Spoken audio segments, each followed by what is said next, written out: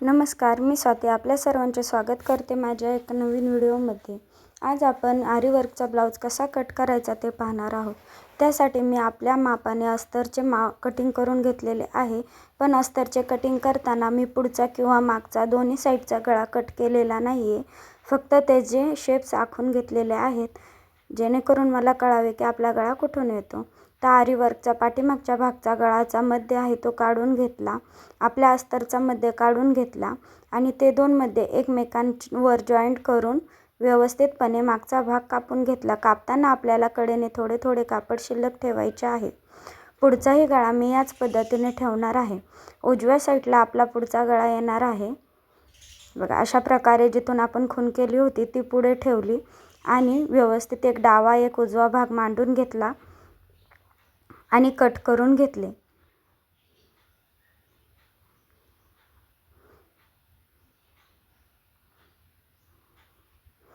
पुढचा गळा कट करण्यामागचे एकच कारण आहे की मी तो पुन्हा नंतर शिवताना कट करून घेते। बाही आपल्याला एक उजवी ठेवून घ्यायची आहे, एक डावी ठेवून घ्यायची आहे। बरोबर आरी वर्कचा मध्य काढून मध्यावर आपल्याला बाहीचा मध्य मांडून घ्यायचा आहे आणि कडेने कट करून घ्यायचे आहे। आरी वर्कचा ब्लाऊज कट करताना हे एकदम आपल्याला लक्षात ठेवायचे आहे की आपली डिझाईन जी आहे ती दोन्ही साईडने सेमच आली पाहिजे। त्यामुळे मध्य काढून मध्यवर करणे आपल्याला खूपच गरजेचे आहे।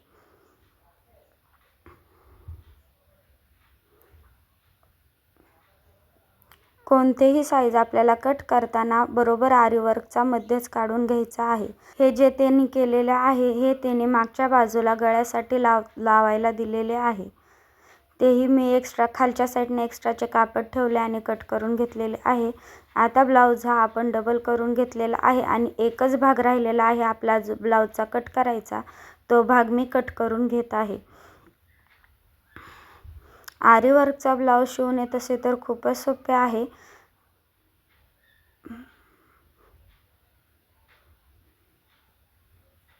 अशा प्रकारे कट करून तुम्ही जे रेग्युलर माप काढता त्याच रेग्युलर मापाने तुम्ही हा ब्लाऊज शिवू शकता। फक्त लक्षात ठेवायचे की गळे आपल्याला आधी कट करून घ्यायचे नाही आहेत। हे बघा, आता मी बाहीचा मध्य काढून घेते आणि आपला जो बाजूबंद टाईप ती डिझाईन आहे आरी वर्कची त्याचाही मध्य काढून घेते। शिवतानाही आपल्याला मध्यावर जास्त लक्ष केंद्रित करायचे आहे, मध्य आपला हलू द्यायचा नाही। अशा प्रकारे मध्य अस्तरचा मध्य आणि खालचा मध्य मी एकमेकांवर ठेवून घेतला।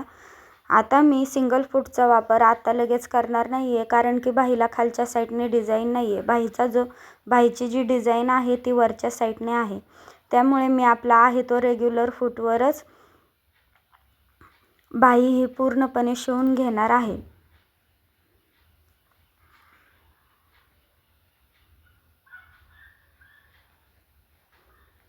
आपण रेग्युलर ब्लाऊजची जशी बाही शिवतो तशीच ही पण बाही आपण शिवून घेतलेली आहे।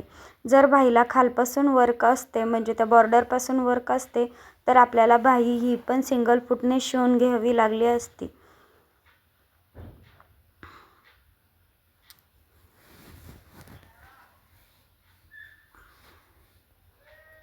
व्हिडिओ आवडल्यास नक्कीच व्हिडिओला लाईक करा, कमेंट करा, शेअर करा आणि चॅनलला सबस्क्राईब करून बेल आयकॉन प्रेस करायला विसरू नका। बेल आयकॉन प्रेस केले तर माझे नवीन व्हिडिओचे नोटिफिकेशन्स लगेच तुमच्यापर्यंत पोहोचतील। आता मी मशीनचा फूट हा बदलून घेत आहे। माझी ही डबल पाटाची मशीन आहे, त्याच्यामुळे डबल पाटाच्या मशीनला वेगळेच फूट भेटतात आणि सिंगल पाटाच्या मशीनला वेगळेच फूट भेटतात। माझ्याकडे दोन्ही मशीनचे फूट आहेत। उजव्या साईडचा फूट आपण लावून घेतलेला आहे। आता मध्य काढू, मध्य एकमेकांवर ठेवून व्हिडिओ दाखवल्याप्रमाणे आपण आता पिनअप करून घेऊ आणि व्यवस्थितपणे आपली जशी मण्यांची डिझाईन आहे, हे बघा माझे ते पांढरे खडूने जे आखलेले आहे ते तुम्हाला दिसतच असेल, ते बरोबर वर्कच्या साईडने आलेले आहे। शिवून घ्यायचे आहे। बरोबर वर्कच्या बाजूने आपल्याला व्यवस्थितरित्या टिप मारून घ्यायची आहे।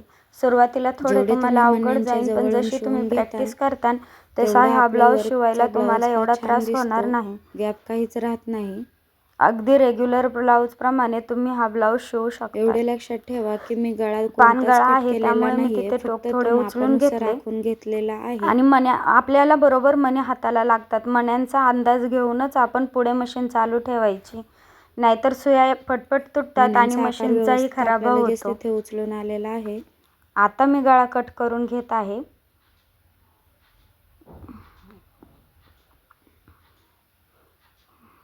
कट्स मारून घेतले.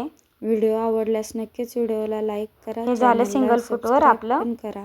मागच्या गळ्याचे काम. दाबटीप मारून घेऊयात, जेणेकरून आपला गळा हा व्यवस्थित सेट होईल. दाबटीप मारायला विसरायची नाही. सिंगल फूट लावलेले आहे तोपर्यंतच दाबटीपही आपल्याला मारून घ्यायची आहे, ज्या बाजूला वर्क आहे त्या बाजूला.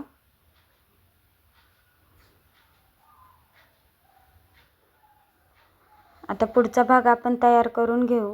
पुढच्या भागालाही मी हे बघा, आपली तिथे पांढरी तुम्हाला खूण दिसत असेलच गळ्याची, ती व्यवस्थित त्या वर्कच्या पुढे ठेवलेली आहे आणि तेथूनच जिथपर्यंत वर्क आहे त्या वर्कच्या साईडने मी टिप मारून घेतलेली आहे.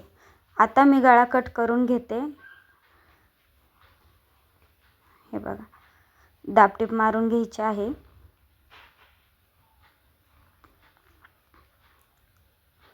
झालं आपलं. आता हे सिंगल फूटचे काम झालेले आहे. मी परत डबल फूट लावून घेते आणि आता आपल्याला वर्कच्याही साईडने टिप मारून घ्यायची आहे. बघा व्यवस्थितपणे, व्हिडिओ नीट बघा जेणेकरून तुम्हाला व्यवस्थित समजेल.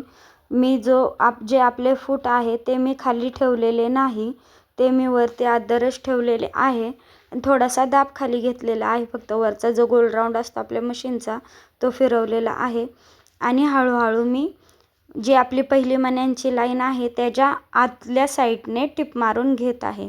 हे बघा, मी हातावरच ही टिप मारून घेत आहे. मी इथे कुठेही मोटर चालू केलेली नाही. आपला जो चाक आहे मशीनचे ते मी हातावरच फिरवत आहे आणि हळूहळू बरोबर त्या लाईनीत मी टिप मारून घेतलेली आहे. असे केल्याने आपला ब्लाऊज गळ्याला एकदम शाप बसतो आणि तो कुठेही उचकत नाही किंवा ओढलाही जात नाही. जर तुम्ही ही टिप मारली नाही तर तुमचा ब्लाऊज तिथे आतल्या साईडला ओढला जाईल. त्यामुळे ही टिप मारणे खूपच महत्त्वाचे असते. अशा प्रकारे हा भाग मी पूर्ण करून घेतला. आता तुम्ही म्हणता दुसऱ्या साईडचा गळा तू कसा कट करणार? तर हे बघा, आता अस्तर खालच्या साईडने कापड आहे त्याच्यावरती अस्तर आहे आणि वरची बाजूही आपल्याला अस्तर वरच्या साईडनेच ठेवून आपला जो गळा आपण कट करून शिवून झालेला आहे बरोबर त्याच गळ्याच्या लाईनवर आपल्याला आखून घ्यायचे आहे.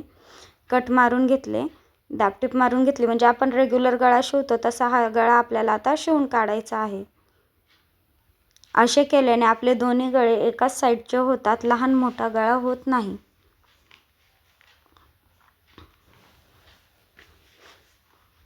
मागच्या साईडनेही आपल्याला आता अशीच दाबटीप टाकून घ्यायची आहे. तुम्ही बघू शकताय मी कशी दाबटीप मारते. दाबटीप मारताना म्हणजे वरच्या साईडने टीप मारताना आपले जे फूट असते ते खाली मण्यांवर आपल्याला टेकू द्यायचे नाही आणि ही टीप मारताना एकदम हळूहळू मारायचे आहे. अस्तर पूर्ण आतल्या साईडने गेले पाहिजे, कुठेही ओढायचं नाही ना काही नाही. बघा, दाब अजिबात खाली पडू द्यायचा नाही. जर तुम्ही दाब खाली पडला तर मणी तिथेच फुटतील. जेवढी इथे तुम्ही हातावर मशीन चालवतान किंवा जेवढे हाताने चाक फिरवतान तेवढी ही टीप तुम्हाला व्यवस्थित मारता येईल.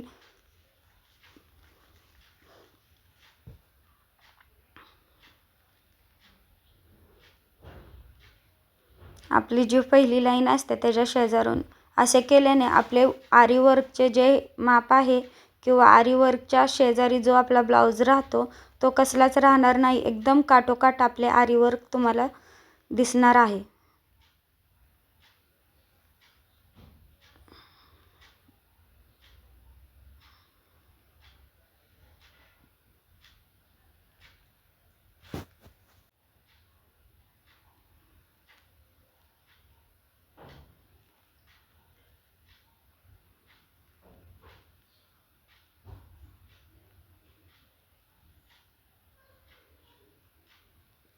आता पूर्ण आपण जसा भाग शिवून घेतो तसा भाग शिवून घ्यायचा आहे. खालून टक्स मारून घ्यायचे आहेत आणि पट्टी जोडून घ्यायची आहे.